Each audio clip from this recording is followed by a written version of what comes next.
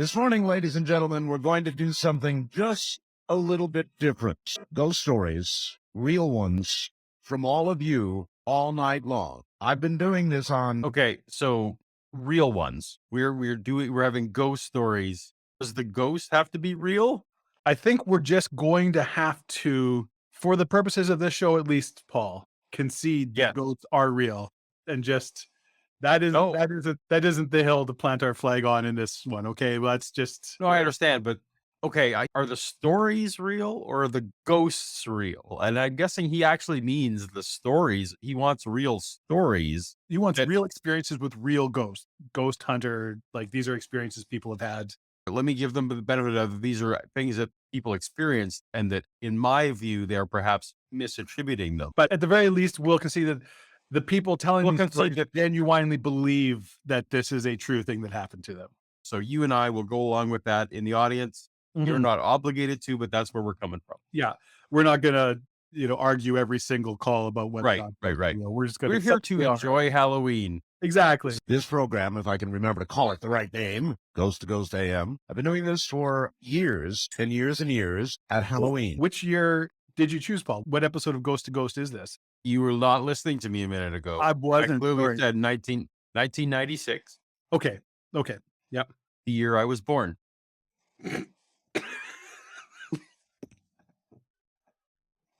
Okay. Leave that alone.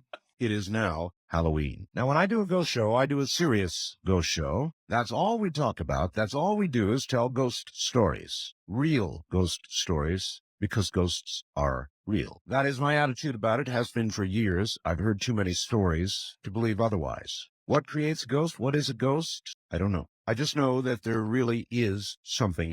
That's going to be a frustration. I believe in this thing, but I don't know what it is. All right. Back in 1989, my husband and I moved into an old house built back in the 1880s here in Ashland, Oregon. The house had been a rental for many years prior to moving in. The landlord... If anyone has checked the description, which there's no reason you should have before the thing started, it actually don't let them off like that. We are doing important work here. And did you put a lot of effort? Dave, did you read the description before we started? I did, but I'm not going to say it because I'm not going to give the answer to... I see. I like to copy and paste the show description from art and put it like so that everyone can see. And it said, and it'll be starting the evening off with some ghost stories that people have faxed in. I feel like it's just extra fun that the stories we're starting with here, somebody printed out and faxed. All right. But never mentioned anything strange occurring. Shortly after we moved in, our daughter was born. She was very ill, was hospitalized for a couple of months. When we finally brought her home, she needed oxygen support, plus the assistance of a heart monitor. As her bedroom was small, we moved a crib into the living room in order to accommodate the medical equipment. Every night I slept on the sofa next to her crib to keep a close eye on her. One winter night, at about 1 a.m, I woke up, as I usually did at that particular time, to check on her. As I was sitting up, Okay, this is a downer to start with. Yeah. This is... Wow. So is that they had a real tough go. I hope that... I know. I went from having a good time here to my child's room is too small to hold all their medical equipment to keep them alive. Yeah. All right. Well, I'm going to put on my serious face. Serious face looks like a Zoolander impression. Rocking chair next to my daughter's crib began to rock back and forth by itself. My terror and shock was further intensified when the chair continued to rock faster and faster. It was almost as if whoever or whatever sitting in the chair was enjoying rocking, although paralyzed with... Well, who doesn't enjoy rocking? I mean, people who've never tried a rocking chair, I don't think that narrows down who the ghost was. What do we know about the ghost? Well, they enjoy rocking. They enjoy rocking. That could be almost anything. I was able to yank the covers back over my face. That's what I do. Of course, hoping that when I looked again, the whole thing would be just a dream. After about 5 minutes, it seemed more like an eternity. I peeked out from under the covers only to find the chair still rocking by itself. Needless to say, I was so frightened I kept the covers over my head for the remainder of the night. Fortunately, my daughter never did wake up. She slept through the entire episode. Since that night, other explained things began to manifest. After coming home from one trip, my husband and I found our daughter's framed baby pictures standing straight up on their sides, placed on the very edge of the shelf above the fireplace. The pictures had been moved forward even an eighth of an inch more, they would have toppled. One afternoon, I was sitting at the kitchen table. Okay, so we know about this ghost that they like to rock. Yeah. And that they can balance photos right on a precision edge. Okay, so this is narrowing it down.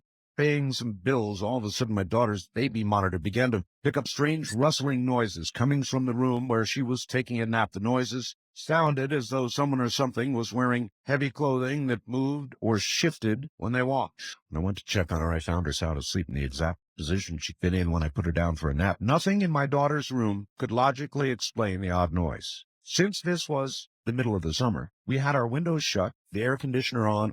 You've heard of Sir Arthur Conan Doyle? Yes, author of the Sherlock Holmes and other things, but Yes. Sherlock Holmes, yes. So my friend Matt, it's not a formal fallacy, but he has named an informal fallacy the Doyle fallacy. You've heard the phrase in the famous Sherlock Holmes books, if you've eliminated all the possibilities, Whatever remains, however unlikely. must be the truth. The problem is it's impossible to know when you have exhausted all the possibilities, right? You can't say, well, I came up with these 4 possibilities. Mm-hmm. They're the only ones I can think of, and I've eliminated 3. The problem is you don't know what the 5th, 6th, 7th possibility is that you just haven't thought of.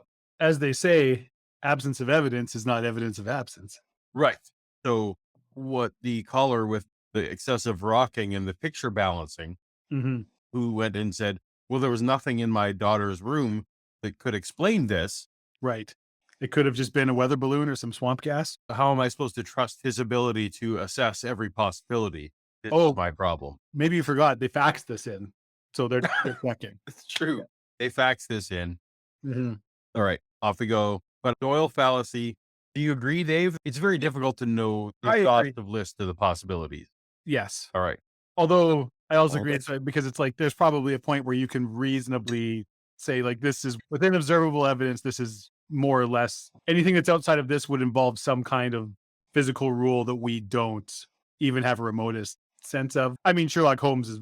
I love Sherlock Holmes, but the deductive reasoning in it is bullshit in a number of. Right. Yeah. Yeah. Yeah. Okay, good. We're on the Yeah. same page.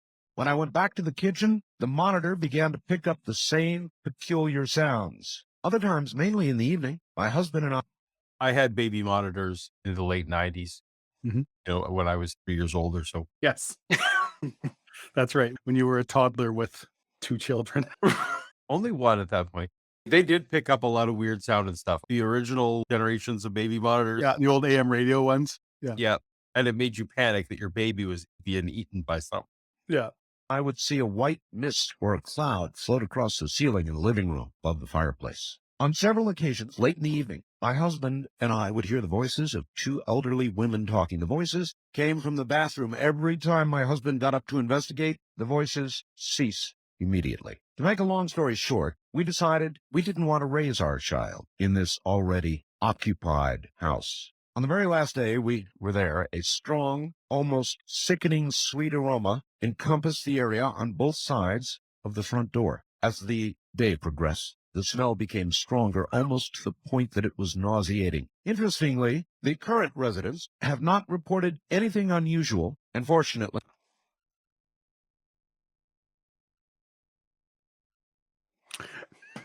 Oh, my friend, this is going to be such a long night for you.